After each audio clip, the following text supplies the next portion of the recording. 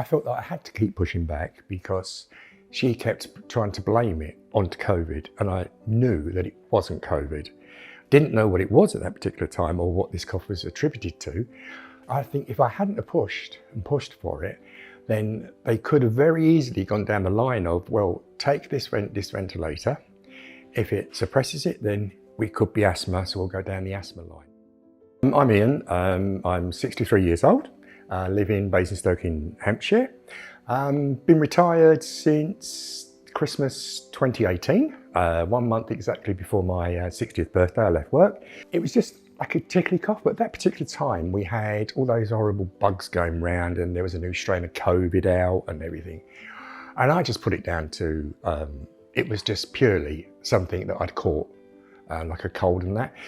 It was really weird. The tickly cough only was of a night when I laid down, but I would go to sleep for an hour or so and then I would wake up coughing. And it was a real coughing fit. Then it would stop and then I'd go back to sleep and it wouldn't happen again. So it was really weird. It got a lot better, but I was still having this cough. And then we went away with one of our sons and his wife, and she started on at me, my daughter-in-law, saying, "You've got this cough. We can hear you overnight. You've got this cough." And then my other daughter-in-law chipped in. So then I had the three of them at me. So it was, okay, fine, I will do something. So when I then got the phone call from the surgery, I had a consultation with a clinical practitioner who then tried to blame it onto COVID, because I caught COVID on the 1st of April this year. But she kept saying, "You sure it's not? You sure you didn't have it? Sorry, this has got worse since COVID." No, in actual fact, it's now subsided a bit, but it's exactly the same as what it was before. Right. You sure it wasn't COVID? And they kept pushing COVID. So in the end, she said, "Okay, fine. What we do is we'll send you for a routine a chest X-ray under the 10-day rule." And that's how I then got in to a week or so later. And that's when then it all started. I got a phone call from my doctor, or from a doctor from my surgery, to tell me that, and his words were, "They have identified a mass in your lung and you've got to go for a blood test and a CAT scan." My wife was back in Essex looking after a 90-year-old dad. So I was at home by myself, just didn't know which way to turn. In the end, I had to phone her and tell her over the phone as well. That was hard because she was obviously up there. She wanted to be with me. I felt lonely as well. But we got over it and we worked through it. I had an appointment booked for the 8th of June to see a thoracic consultant. At that point, he was the first one to actually tell me that he was 99% sure that it was lung cancer. From that point onwards, it was just a whirlwind of hospitals, scans, blood tests, doctor's appointments, you name it. I did it in a very short space of time.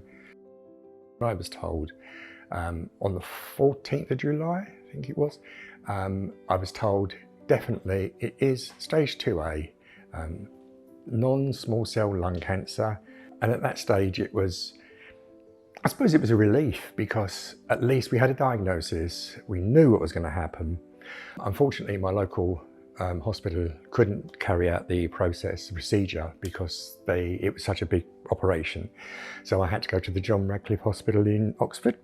The surgeons told me when I met with him prior to the op, that the cancer was contained in the lower left lobe at the very back of the lung. That is why my lung function tests were absolutely brilliant. They could not believe when I had them done that the results that we got from them tests were at the top of the scale. And on Wednesday, the 27th of July, I was in hospital having the operation. So from confirmed diagnosis on the 14th of July, I was actually being operated on the 27th of July. So from that first chest X-ray, which was the 11th of May, to me actually having the procedure was exactly 11 weeks. The operation was a complete success. I had a VATS lobectomy. So I had that at, it must be about 11 o'clock on the Wednesday. I clocked the time, they actually put me under. By 4 o'clock the next day on the Thursday, they took all the drain out and took that away. And then by 4:30 on the Friday afternoon, I walked out that hospital, discharged. And that was 4 weeks today. I feel so well. I'm back to my normal self, as in like walking. Went out for a walk the other day, 3.5 miles. Yes, I do slightly get not out of breath, but I'm breathing a little bit more heavier than normal. Like yesterday, pushing my youngest grandson up a hill in the buggy. But I was determined to get to the top of that hill because it helps me. It's getting me back to normal. And the other good thing is they did say that because my lungs are so big, taking that bottom lobe away has really made no effect on the capacity and the workings of my lungs. So that is another thing I'm thankful for as well. It doesn't feel like it's real. The only way I can say it is I feel like a fraud.